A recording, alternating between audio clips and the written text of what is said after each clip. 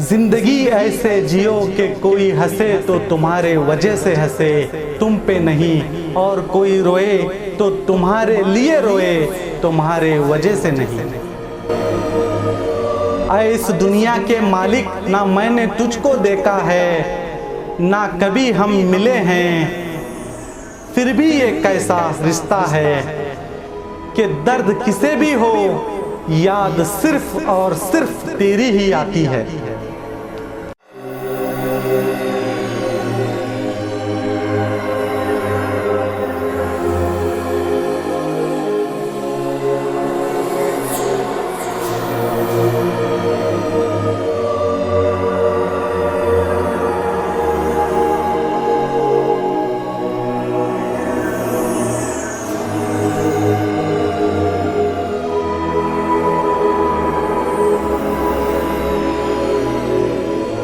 रोहांगिया क्या है? ये रोहांगिया कई लोगों का कहना है और यहाँ तक कि मीडिया भी कह रही है कि रोहांगिया में मुसलमानों को मारा जा रहा है। तो मैं आपको पहले ये बता दूं कि रोहांगिया कोई देश नहीं है और ना ही कोई स्टेट।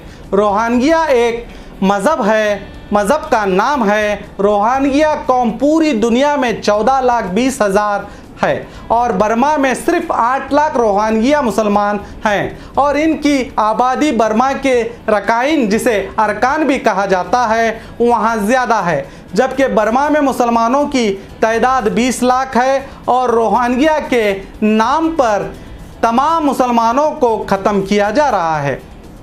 और हर एक के जहन में ये सवाल है कि यूएनओ क्या कर रहा है और क्यों खामोश बैठा हुआ है। पहले तो मैं आपको यूएनओ से रूबरू कराना ज़रूरी समझता हूँ कि क्यों यूएनओ की स्थापना की गई। दूसरी जंग अजीम के खौफनाक तबाही और खौफनाक मंजरों के बाद यह फैसला किया गया कि पूरी दुनिया को मोहब्बत के रंग में रंगा जाए, लोगों की जान और माल की हिफाजत की जाए, की रक्षा की जाए, मासूम बेगुनाह ज़िंदगियों की हिफाजत की जाए। ऐसे कई मुद्दों को नज़र रखते हुए यूएनओ को 25 अप्रैल 1945 से 26 जून 1945 तक, यानी 3 महीने तक अमेरिका में 50 देश की कॉन्फ्रेंस मुनक्कद हुई और 24 अक्टूबर 1945 को यूएनओ का जन्म हुआ।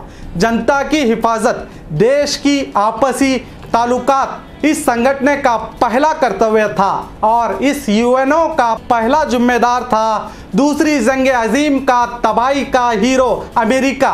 और इस संगठन का नाम रखने वाला दूसरी जंग अजीम में जापान में इंसानियत का कहर बर्पा करने वाला फ्रैंकलिन डी रूजवेल्ट, जिसने जिंदा इंसानों को राख के ढेर में तब्दील कर दिया और शहर को खंडर।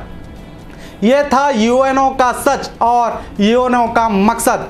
अब आते हैं फिर बर्मा की तरफ। 1942 से रोहांगिया मुसलमानों को अब तक ख़त्म किया जा रहा है। 1961 से 1971 तक जो यूएनओ का सेक्रेटरी जनरल था, उसका नाम सुन के आप चौंक उठेंगे। वो बर्मा का ही नागरिक यू टंट था, जो पूरे 10 साल यूएनओ का सेक्रेटरी जनरल रहा। उसी के देश में इंसानी जानों के जनाजे निकल रहे हैं और वहाँ से वो पूरी दुनिया की जिम्मेदारी की हिफाजत का पैगाम देते हैं। जिस बर्मा की हिफाजत के लिए यूएनओ को आवाज़ उठाने के लिए बोला जा रहा है, उसी बर्मा का नागरिक यू टंट 10 साल यूएनओ के सेक्रेटरी जनरल था। उसके आंखों के सामने इंसानों को कीड़े मकोड़ों की तरह मसल दिया जा रहा था। जब वो यू टंट को पद से हटा नहीं सकता तो क्यों यूएनओ इंसानों की हिफाजत नहीं कर सकती? अगर ये सब नहीं कर सकता तो क्या फ़ायदा है इसका?